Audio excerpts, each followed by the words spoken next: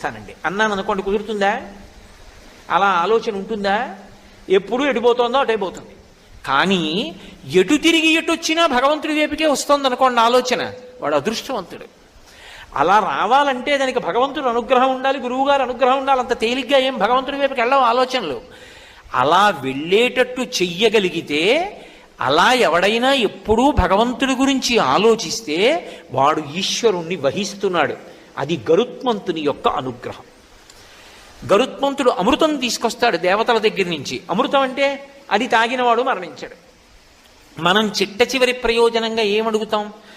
మాకు మృత్యోర్మా అమృతంగమయా, మృత్యువు నుండి అమృతత్వానికి తీసుకెళ్ళమంటాం.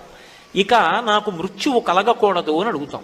మృత్యువు కలగకూడదు అంటే ఎప్పుడు మృత్యువు కలగకూడదు? మీరు చాలా జాగ్రత్తగా ఆలోచించాలి ఈ మాట.